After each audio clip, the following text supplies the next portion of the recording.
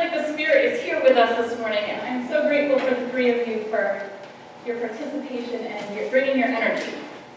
And all of you too.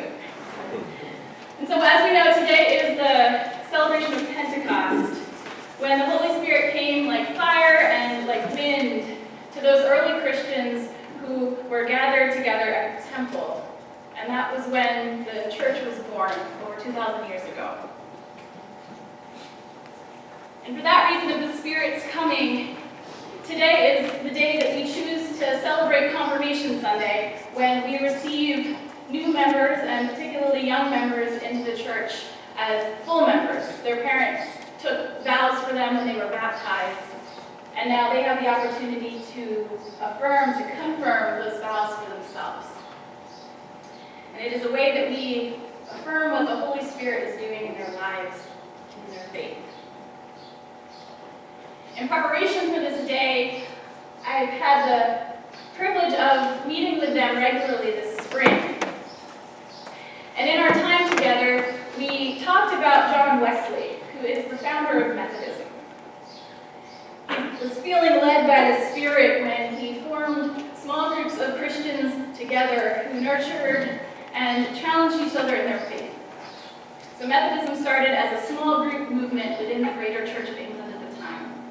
And it eventually led to what is called the United Methodist denomination that this church is part of. So we talked a little bit about John Wesley. Methodism, like other Protestant traditions, was and is rooted most of all in a basic belief that God's free grace is available to all people. At the end of the day, our faith and our relationship to God is not about us. It's not about what we do. It's not about what we've done or what we've failed to be, but it is about what God has done for us in Jesus, which means that it's about grace. We talked a lot about grace, the grace of God's exuberant love for us that is always available to receive. And yet, even with all of that talk about grace, the first Methodists got their name for trying to be intentional or methodical about how to live as Christians. People made fun of them for it, and so they were called the Methodists. Wesley offered rules to those small groups of Christians who gathered as a way to guide their living. And his rules are simple. There are three of them. The first one is to do no harm. The second one is to do good. And the third one is to stay in love with God. We talked about these a little bit in class. While they don't replace grace, guidelines are helpful in how we can live out our faith. Kind of like the trellis that you can see out in the community garden that helps the cucumbers grow and gives them support and structure. Guidelines in our faith do the same thing for us in our following Jesus, however much we might mess up at it along the way. And so as part of confirmation, you three have written your own simple rules, guidelines you'd like to direct your lives on boxes. This is one of your boxes. And you took them and said, okay, John Wesley, you're good, but we're gonna, what speaks to me right now in my life? What will be helpful for me? And each of you wrote 3 different rules that you put on these boxes, which you'll receive. You receive in a little bit. I hope these things reflect where you are at your point in your journey, things that have nourished your faith, things that you want to help kind of be a trellis for you as you continue to grow. So we looked at Wesley's rules, you made your rules, but I didn't tell you mine. And so this morning I want to share what I would have written on my box. It might not have been as beautiful as yours, but what I would have written on my box at this season in my own journey. Reminders that I hope will guide my life as a Christian. And the ones that came to me are rooted in that passage we heard from Galatians earlier about the fruits of the Spirit. They are things that in some way relate to stuff we've talked about in confirmation too. So maybe you'll recognize certain things. My first rule would be trust God. Back in April, and then again yesterday as a class, you met the community garden here at church to plant vegetables. I'm drawn to gardening because it reminds me so much what trust in God looks like. In April, we planted garlic that is now growing up. And yesterday, we planted some later crops, tomatoes and peppers and squash, that are just starting to settle into that soil. We know that the produce that grows up will go to our neighbors a few towns down who often might not get them. So we've planted for a good cause. And we know that this church community cares for its garden well. We are careful gardeners.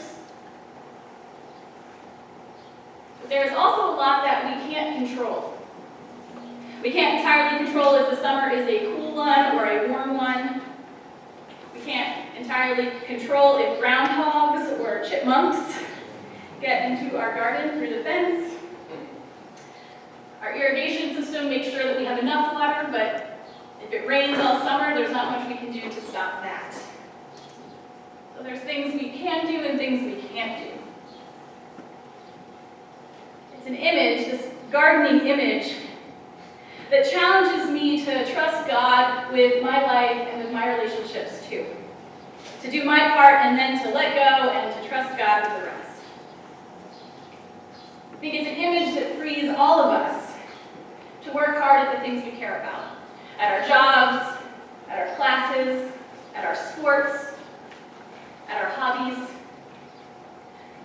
And then invites us to stop when we need to stop, trusting that whatever the results are, however well we do or however well we don't do, to know even then that we are not loved any less. We do our best to be good friends, to listen well, and to care well. And then we let go and we trust God to bring and to strengthen the relationships that will help us grow, ones that are good for us.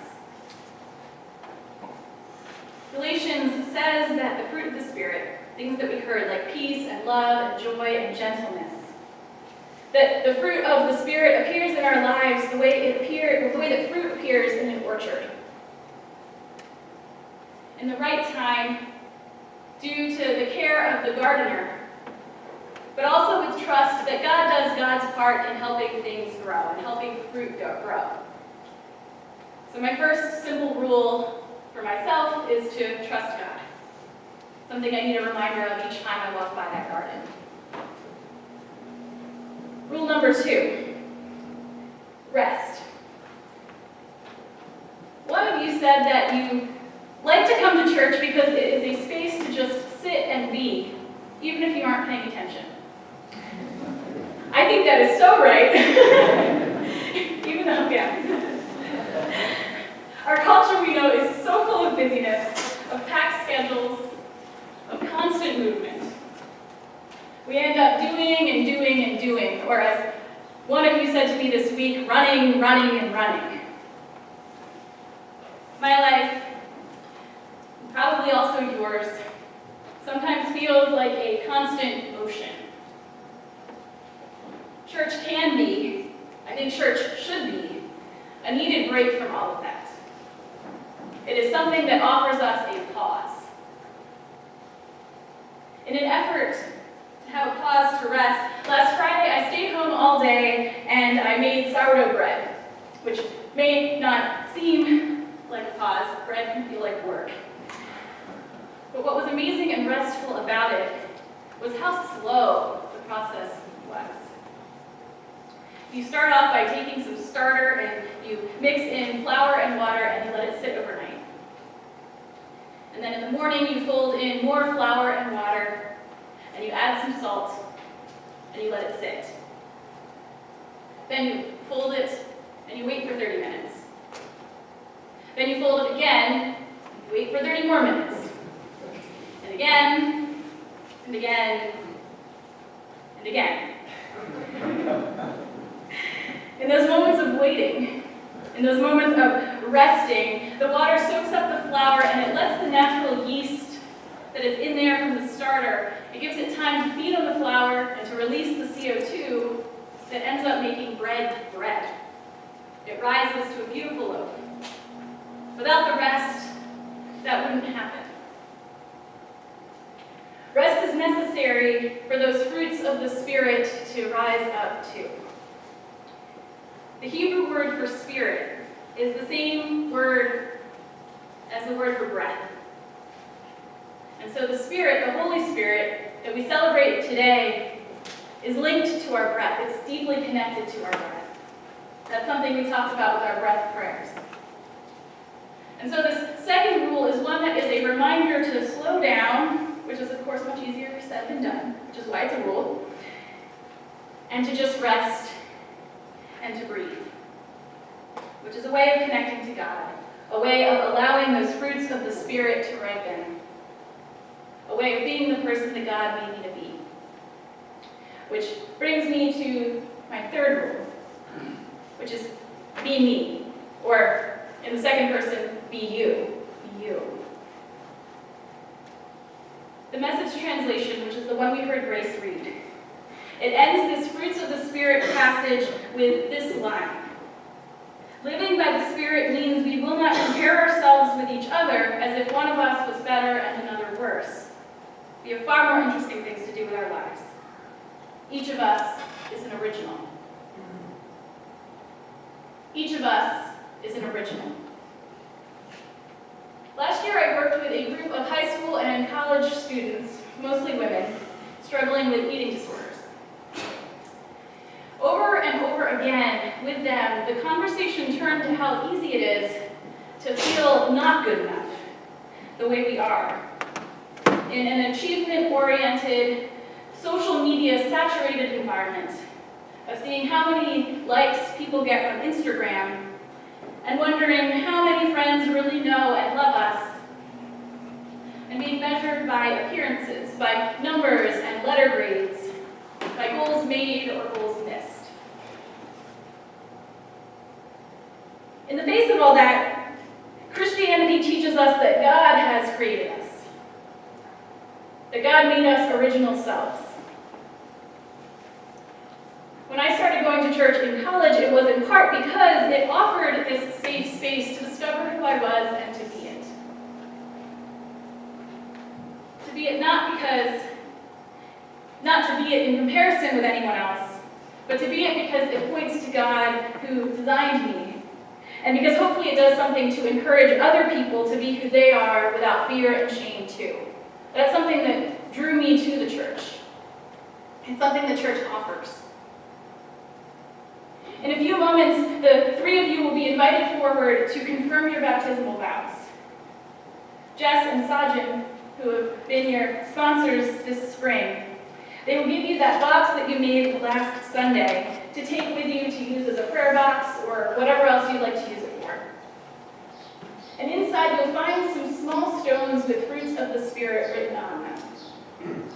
Ones that I either see in you or that you said you could maybe use a little bit more of. Each of you will have 3 of them. I hope that these stones are an encouragement to you to be the person God made you to be, and to bring the gifts that God has given you to share with the world, to bring them to whatever you find yourselves doing in your lives. And so these 3 rules for my spiritual life that John Wesley and the Compliments inspired me to think about, they are also my encouragements to the 3 of you as you take this next step in your journey. I encourage you to trust God, to rest, and to be you. And may the Spirit produce in you and in all of us much love and joy and peace, much patience and kindness, much goodness and faithfulness and gentleness and self-control. Come, Holy Spirit.